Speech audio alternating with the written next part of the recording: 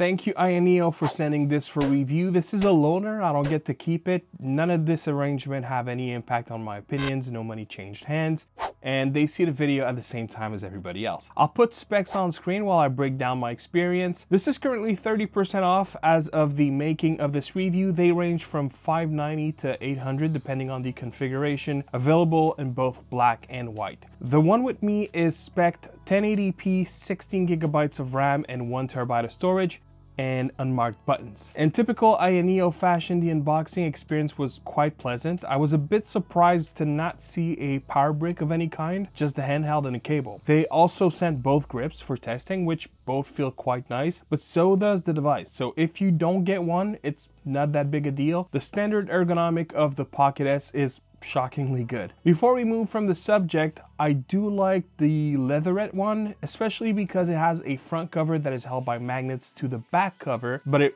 won't survive a shakedown. Ultimately, I prefer the rubber grip, but in terms of hold, they both feel the same and they both are very tight fits. The build quality of the Pocket S, where to start really? This is the closest thing to a cell phone merged with gamepad inputs. But what's shocking is, well, for starters, how good it actually feels, and second, how impressive the construction feels. First, with its aluminum mid-frame is what they call it. Front is the glass panel that tends to be a fingerprint magnet, and to the back is the sheen plastic back cover. AYANEO once again strikes a visually pleasing device, and it holds just as good. It's got one USB-C, stereo speakers, inlet and outlet vents, all the buttons you'd expect from a modern controller except the capture button, and it has 4 device function buttons. LC is like Alt Tab, it brings up your opened app. RC is Android back, not to be confused with back from controllers, also known as select. The AYANEO upfront brings the side UI, and the equal sign looking one is the Android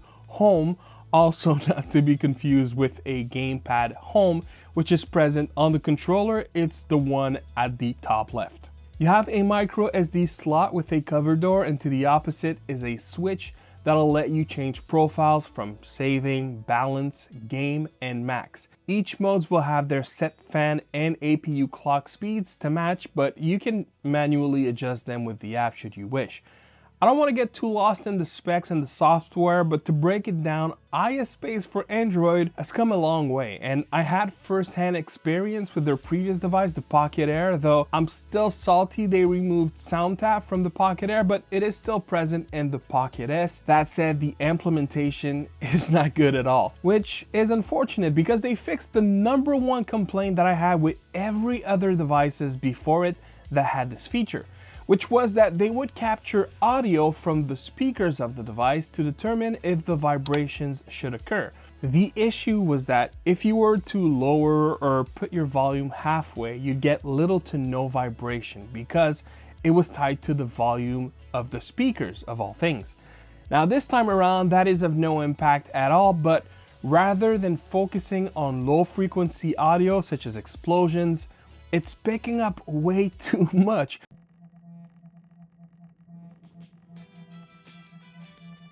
So it's pretty much useless in my opinion. Besides that, the Android 13 build is pretty bare bone, which is great, and iSpace perfectly complements the device for a rich gaming and gamer experience. You can keep tab on your performance, your temps, your clocks. It also has a mouse mode for browsing. It can come quite handy if docking or using your handheld with XR glasses. You can spoof the Pocket S to a phone, though they warn you that can get you banned, and indeed it can, but it may also improve compatibility in some cases or unlock features. They let you change from an AYANEO recognized controller which operates in Android HID or as an Xbox controller which operates through X input protocol. Which, talking about the gamepad, as it wouldn't make sense for me not to talk about it, face buttons are awesome. I love their rounded shape. They feel very nice to the touch and quite a pleasing and nostalgic membrane.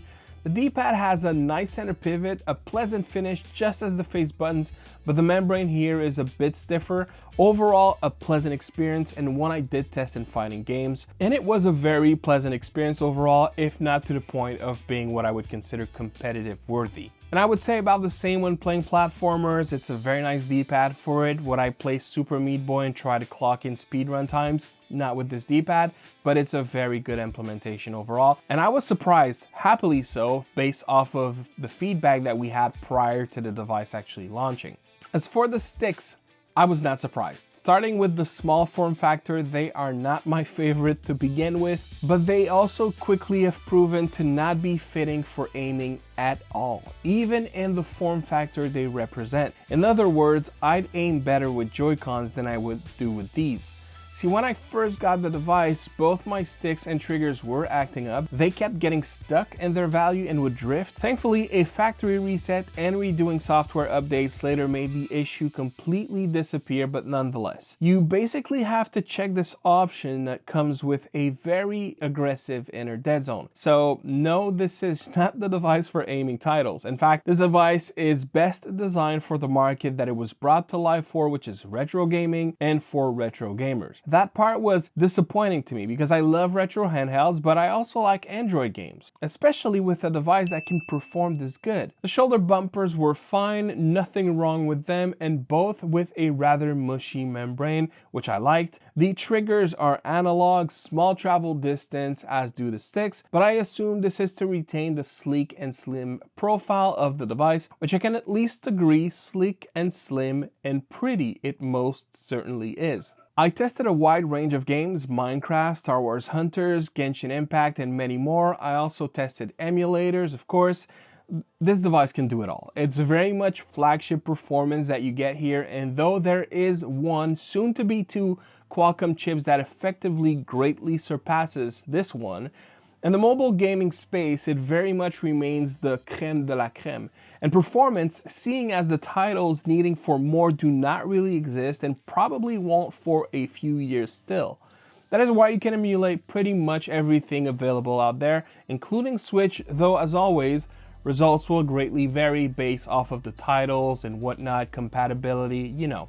I'll spend the remainder of this review telling you about my experience. Overall, the Pocket S is a hard sell, especially in the current market. Not because it's bad, but rather because it feels overpriced, especially considering that the Retroid Pocket 5 exists and solutions such as the AYANEO Evo are just about to ship to backers, and shortly after, the Odin 2 Portal should follow. The one thing we haven't talked about thus far is the panel, and I must say it's a nice one despite being only 60 FPS. The audio too is pretty crisp and can get loud enough, a welcomed change, and probably the first time I've heard decent speakers from an AYANEO device. But back to the panel, it's honestly capable of holding a candle to OLED, but despite it doing so, OLED it is not. And the other options I named a second ago all come with it. The AYANEO Evo that goes up to 165 Hz, which I get most people would think it is useless, but for solutions such as Moonlight, leveraging your PC to play high-end, high frame rate games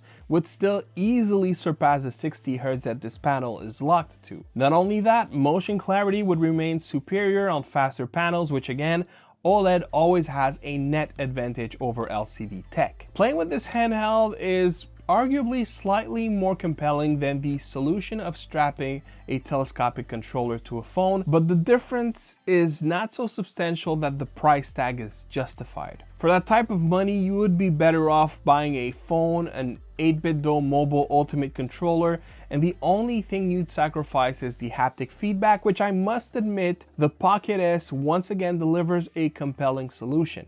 If anything, the Pocket S made me a great believer that AYANEO has improved their engineering language and that the device that will benefit it all is hopefully the Evo. We should start seeing reviews just about any day now, seeing as they have started to ship, and rest assured that once I get mine, I'll be doing the same. But until then, the Pocket S is a device that serves, at least to me, as a proof of concept, and one I'm truly hoping to see again in the future. But as good as the packaging may be on the outside, the gift truly lies in what it contains.